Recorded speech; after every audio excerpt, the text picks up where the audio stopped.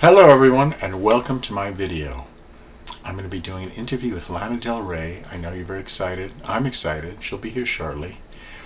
And I just want to say, I know it's a little odd. I'm 57 years old and I can't explain it. You know, I was an obsessed David Bowie fan for many years, and a couple of years ago after SNL I found out about Lana, and I've been on the train ever since. I got to see her in Los Angeles. I got to see her in Boston. I Google her name every day. And I don't know, it's crazy. I'm just a big fan, and I always wish her the best. I don't talk to a lot of people about it because there's just so much, and then someone hasn't heard of her, then it just goes on and on and on. Before she comes out, the reason I'm doing this video is I had seen a video called, and I want you kids to Google it, or not to Google it, go to YouTube and search for it. If you've seen Lana, if you want to see Lana, if you've never going to see Lana but you're a big fan, still, it's called I Survived Lana Del Rey Concert. It's on the YouTube. I Survived Lana Del Rey Concert, and it's by California Love 84. And she does this incredible, this woman, Elizabeth Martinez, she has her own channel. And she's funny and she's a natural on camera, but it's not about that. She really documents very well the mania, the insanity of the fans for Lana. It's kind of head scratching. Not in the sense that Lana's not talented. She's gifted, she's beautiful, all that stuff. She's got a naturally wonderful voice, but the people just want to be in her presence, and it's crazy. So she does just a great job. You'll see if you go and look at it. I Survived Lana Del Rey Concert. So anyway, without further ado, give me a moment. Lana, are you ready? You ready? Come on in. Don't be shy. Here she comes. Hi. Look everyone, it's Lana Del Rey. Right now, there was just a radiant, like a nuclear wave of weep just went across the YouTube. People around the world are spontaneously crying just from your presence. Lana, I just want to say something while you're here. On behalf of your fans and myself, the only thing I've ever wanted from you, and your fans want in fact, we don't want anything from you. The only thing we want for you is to be happy. We want that natural smile that you have to come from within, from here, to radiate out your natural talent, your beautiful soul, to touch your family, your friends, your loved ones, and your fans without being crushed by the weight of the world or the dark shadows of the past. We just want you to be happy. I sincerely mean that, okay? Oh, she's purring. She does that once in a while. That's so sweet. Listen, I just gotta say, moving forward, if some jurisdiction decides that I should be maybe committed to a psychiatric facility and they use this video as evidence, I'm just gonna deny it, okay? And I'm gonna, even if they show me, I'm gonna pretend it doesn't exist, because I'm a little off base, but I'm not crazy, you know? You know, Lana, I'm not crazy. Am I right? Yeah, you're crazy, Bob, but in a good way, and that's why I love you so much. Oh, I can't believe she said that. Coming from you, Lana, is like the sweetest thing I've ever heard in my life. Now I'm purring. Oh, Lana, you know the way I was just touching your head before? Could you maybe scratch the side of my head and pretend I'm like a big kitty cat? You're not going to do it? Okay. All right, Lana, I'd love to stay here and purr with you all day, but I want to get on with the interview. And actually, Lana, I don't want to do a regular interview. I mean, I followed your career, and I know sometimes being a celebrity and so high profile, you say things and they get taken out of context and things get screwed up. So I want to do some practice things with you, okay? And maybe keep you out of trouble, if you know what I'm saying. So let's pretend I'm an interviewer. I've never met you before. Hi, Lana. It's very pleasant to meet you. Very pleasure to meet you. I'm a fan. Let me first ask you about your name, Lana Del Rey. Did you ever think of dropping the Del and just becoming like Lana Rey? Well, you know, I never... Lana, stop. This is Bob now. It's not the interviewer. That is the stupidest question anyone could ever ask. If someone asks you that question, ask them to leave. Tell them to go back to internet school or wherever they got their degree for journalism, because you don't have to put up with that. See, this is what I'm trying to get you to, okay? Take a little bit more control of your interview. Let's try again, okay? Okay, Lana, it's a pleasure to meet you.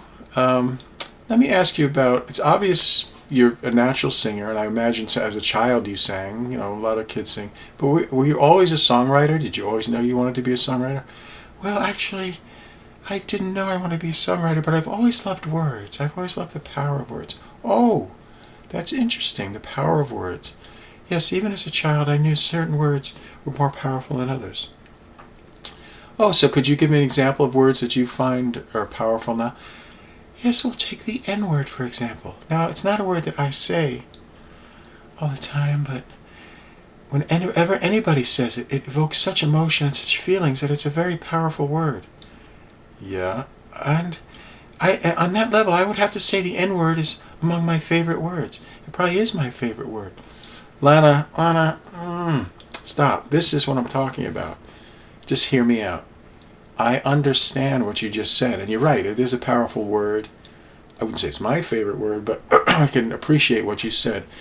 But do you see that if you said that in an interview, that what's going to happen is that'll get on the web, and even if in that particular article, the headline or whatever it is doesn't say that statement, someone else is going to read the article, they're going to extract that statement, they're going to write their own article, and then it's going to the headline will be, "The N word is my favorite word, Lana Del Rey," and then that'll be picked up 100 times. People scanning the internet will see that.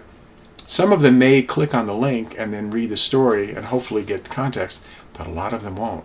And then you're going to get comments like, "Oh, the black man's good enough to be in your videos, but that's all you think of is the N," things like that. And so, which is not at all what you meant. But you see that you kind of have to be careful, and then you're gonna have to do damage control. Well, I found the best way to handle situations like that is go onto Twitter. Yeah, and if you tweet, I would probably tweet something like, "I love all people. I don't care about skin color, gender, sexual orientation, where your parents are from, where your grandparents are from, what your dad or your mom does for a living." She's a celebrity, so she gets like double tweets. "All I care about is what's inside and how people conduct themselves. And what I really care about is older white men." Lana Del Rey, Elizabeth Woolridge Grant, please. I didn't mean to snap at you, but I mean, come on. Really control yourself. I'm upset now. I wish I hadn't yelled. I don't like to lose my temper with people. We're okay, right? You and me, we're okay? I apologize. I didn't mean to yell at you, okay? It's just that later tonight, and I have the same, I'm older now. My routine is the same. Every night it's the same thing. I got like a box of Oreos, or maybe some ding-dongs or some ho-hos. I'm watching The Wizard of Oz or The Sound of Music, and then I cry myself to sleep. But tonight, then this thing is going to come in that I snapped at you, and I'll get this cringe. So, oh well, I'll just deal with it. I didn't mean to yell at you, but you kind of have to watch it, okay? So, all I'm suggesting, Lana, is that you not lie, but just use a little restraint, okay, in your interviews, because you get so misrepresented. You're under such a microscope, and we love you all. Now, I don't want to hold you up. I know you have to go, and there's one a song you and I were remember a few weeks ago, we kind of rehearsed this thing. There's no singing in it, but I think people like it. There's no singing. No, we rehearsed it a couple years ago. A couple weeks ago, sorry. I love Lana, but she's a little bit about like one of these, "It's all about me" people. What are you saying? Oh, I was just talking about Jennifer Aniston. Is she coming over? No, she's not coming over. I liked her in Friends, but I sometimes think that maybe she makes too many movies. Lana, I don't know. I'm not her agent. She seems like a nice person. She's got a good career. She has her fan base. Her career decisions are really up to her. It's my fault. I shouldn't have brought her up. Let's move forward. Before we close out, I really want to, and I'm going to be serious for a second, and I can be serious. For those of you out there, look, if there's anyone over 50 watching this, you need to shut the computer off, go to the pet store, buy a hamster, name him Floyd, and you and Floyd start a relationship. But I know Lana fans are younger. If you or your friends, the circle of friends you have, Maybe you know someone who is different, is an easy target to tease or make fun of, and maybe inside you know it's not something you'd like to do, but you get caught up in that crowd mentality. Maybe next time you see that person, take a step back and don't say anything, or say something nice, or even, God forbid, if you see them at lunch, sit down with them and make a new friend. A little bit of effort on your part can make a big difference in someone's life. And on the flip side, if you're someone who's the target of a lot of abuse from your peers, I wish I had more to offer. I mean, I know adults say, well, those people are really scared and insecure, and that's why they overcompensate by putting down other, but that's maybe true, but it doesn't do a whole lot when you're in the center of it. And life isn't some poster of kids at a sunset at a beach, holding hands, and and it says something like, the thing we fear the most is ourselves, but in the end all we have is each other. I mean, I know when you're in the trenches it's tough. Just stick it out. I wish I could make it better. I don't have a lot to offer. I give you the shirt off my back. Actually, I don't want to take my shirt off because this one will get, So, all I can say is God loves you. I love you. Stick it out and be well. Okay? So let's close this out. Are you okay? Oh, she's crying. You're weeping. Lana, don't cry. That moved. Lana, here. Let me dry your eyes here. Oh, you got something in your eye. I'll get it. I'm a little squeamish. I don't like discharges from other human beings' bodies. It's kind of... Let me get... The maid will get it. Don't worry about it. Oh, you have a maid? No, I don't, but don't worry about it. Alright. To close this out, I'm going to play a little song. Me and Lana are going to do a little rhythmic dance kind of thing. This is called Soulful Strut. And it's from, I think, the late 60s. It's instrumental. It always puts me in a good mood, and I didn't even know the name for a long time, and I have Sirius Satellite Radio, and every time it came on, I'd have to listen. So I found it. So it's on the YouTube, and I'm sure you can download it.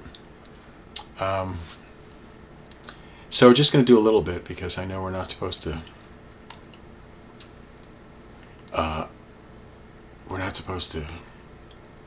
play whole songs here, but... And then we'll take you out and we'll say goodbye. All right? Much love, everyone. Here we go, Lana. You ready?